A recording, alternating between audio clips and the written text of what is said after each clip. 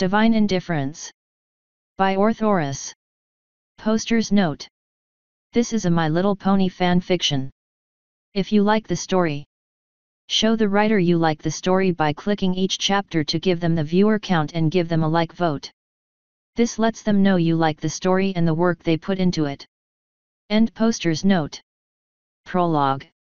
Atlas stepped out of the cave that now housed his own personal secret lab. The entrance was just high enough so that he could see over the treetops of the forest below, only a small hidden path leading up to it. The sun was currently on its final leg to the west, as night eagerly awaited its turn. He sat down at the edge of the little ledge that protruded from the cave outwards, leaning on the wooden railing he had installed for safety reasons, looking out towards the little village that was visible in the distance. If he squinted his eyes he could barely see some moving specks of color, indicating that a bunch of Pegasi were still up and about, maybe even working on clearing the weather. Atlas and his friends had been surprised at how fast the ponies managed to build up the villages they came through on their search for a fitting settlement for themselves. All three tribes were living together in those makeshift villages and towns and at least seemed to get along. There was still an undercurrent of hostility if one paid close attention, but the Wendigos had scared the ponies enough to not repeat the same mistakes.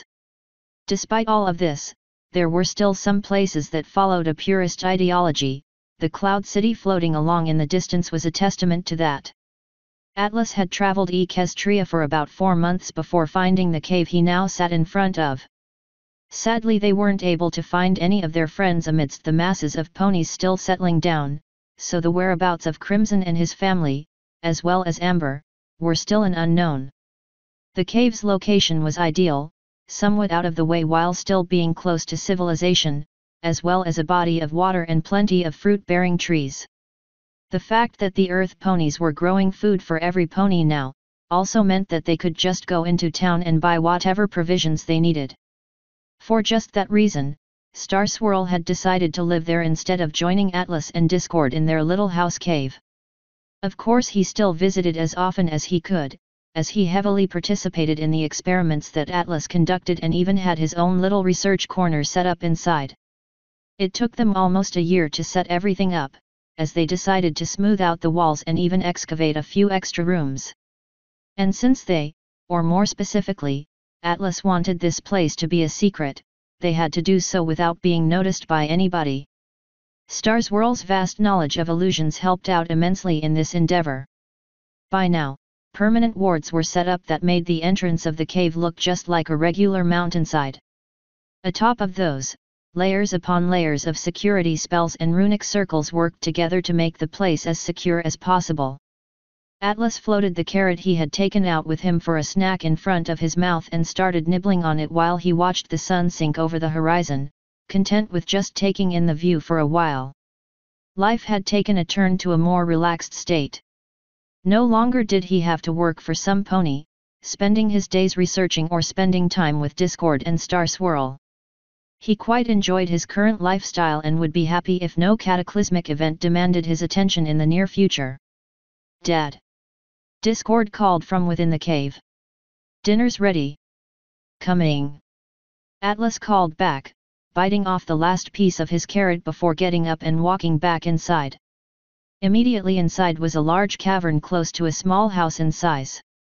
After making the walls as smooth as they could, they started lining the walls with workbenches, bookshelves, and similar tools that were needed for their craft, all of them self-made. The center space was left largely empty to provide space for various experiments, such as experimental runic circles or some of the bigger machinations thought up by Star Swirl. 2 holes in the wall led towards a simple bedroom and a living room with a small kitchen respectively, Atlas walking through the latter. Discord was floating above a pot, wearing a little apron and stirring the vegetable stew he had prepared by himself. Atlas looked proudly at his son, who had grown noticeably bigger over the last year, or rather, longer. He apparently experienced some sort of growth spurt, as they could now see almost eye to eye. Atlas took it as a blessing that Discord apparently decided to skip the edgy teenager phase, always being well behaved. Whenever Atlas wasn't researching runes or learning spells that interested him, he helped Discord achieve mastery over his own magic. The chaos magic, as it was dubbed by Atlas, seemed to be activated by a weird amalgamation of the different monotypes, the exact combination of which they hadn't been able to figure out. In an interesting turn of events, Discord took to theater plays, proving to be quite an actor. Setting up stage plays all by himself allowed him to use and flex his powers to the fullest, and he could create quite the show. It didn't matter to Discord that he only had an audience of one most of the time, as long as he could make his father smile. Discord snapped his talons and the pot of stew was teleported to the middle of their makeshift table, the apron simultaneously disappearing into the nether. "Thank you for cooking," Atlas said, pouring a good portion in Discord's bowl by use of a ladle before taking some for himself as well. "It's no problem," Discord said with an already full mouth. "I like to help. And besides, this way you can focus more on your research." "That's very thoughtful of you," Atlas said before taking a bite. "Hey, that's pretty good," he exclaimed happily, digging in without restraint, much to the joy of Discord. They ate their food while telling each other of the various achievements or breakthroughs they had reached today, the conversation lasting them well through their meal. Not wanting to burden his son too much, Atlas offered to do the dishes while Discord got himself ready for bed. After extinguishing all the magic lights in their home, both of them settled into their respective beds, turning in after an eventful day full of research and some quality family time together. Tomorrow they'd do it all over again, and Atlas wouldn't exchange it for the world. Asterisk. Present. Celestia looked at the ponies gathered in the throne room of Canterlot Castle. While Atlas had technically only asked for Princess Twilight to be present in his letter, she thought it prudent to extend the invitation to the rest of the elements of harmony as well.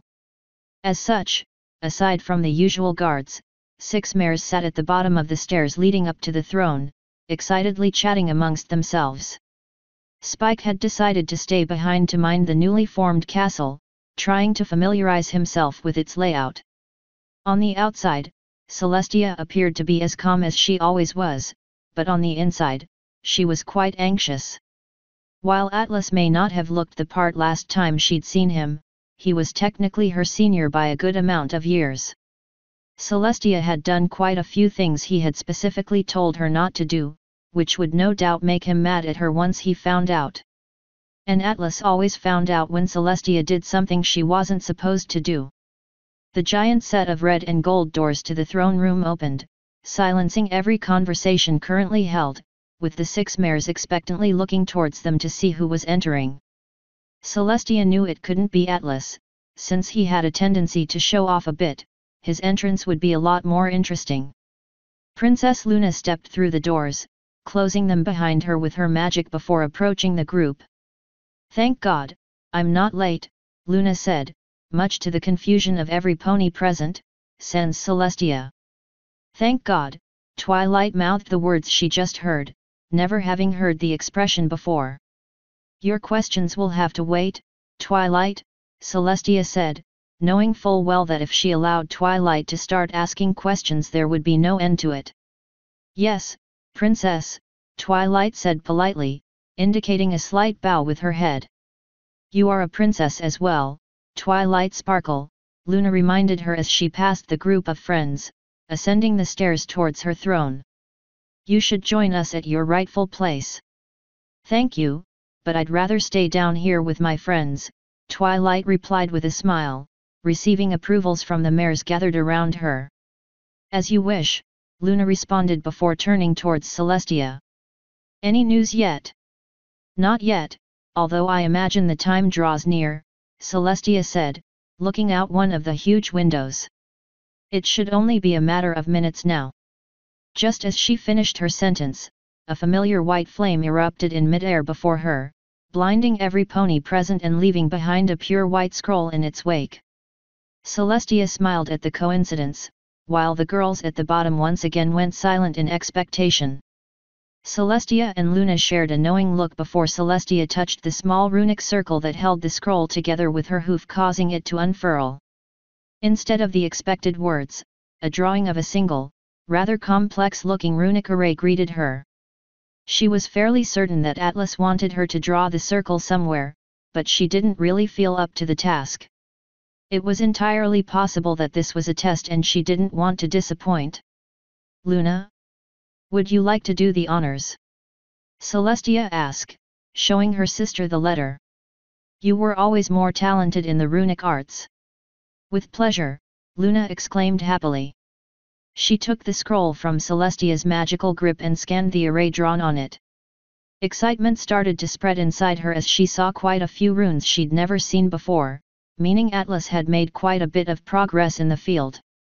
Not wasting any time, Luna simply pushed away the heavy red carpet leading to the throne, freeing up some space in the center of the room and jostling the 6 mares seated on it in the process. Disregarding their protests, she started magically carving the runes directly into the floor, much to her sister's chagrin. While Celestia didn't approve of her methods, she wouldn't reprimand her now. Every pony present watched curiously as Luna worked on the array, first and foremost Twilight, who was currently straining her neck trying to get a better look, seemingly forgetting that she could fly.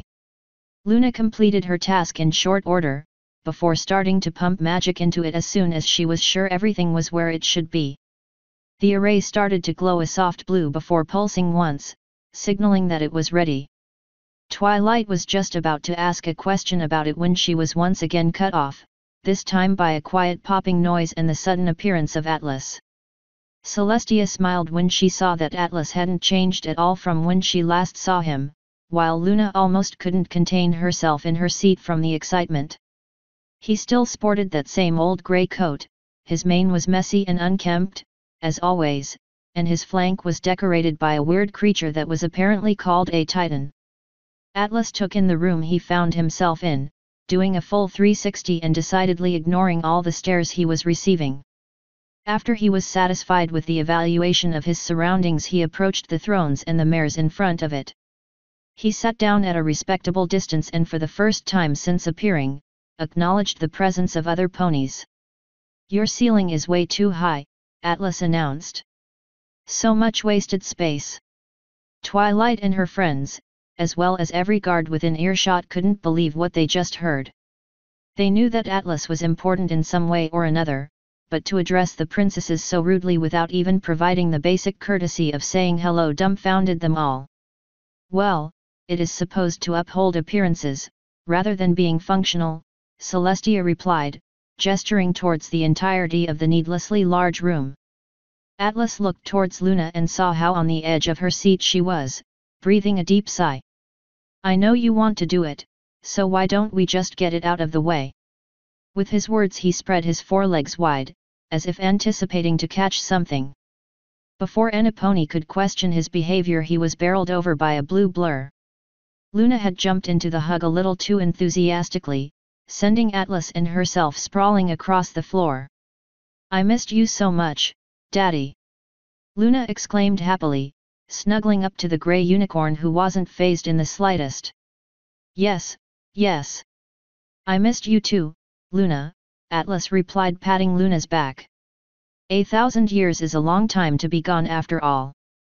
By now, Luna's words had registered with every pony, causing them to adopt a shocked and confused look.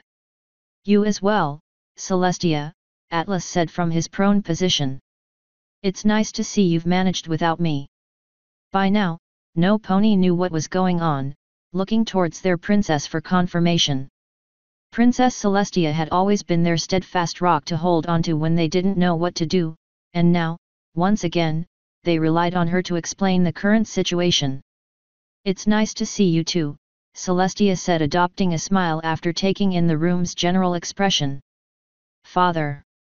Author's note. Here we go again. Welcome to the second part of Divine Entertainment. Enjoy and feel free to grab a drink from our imagined mini bar. Once again, thanks to my editor Azriel and my proofreader Kilobytes for a job well done.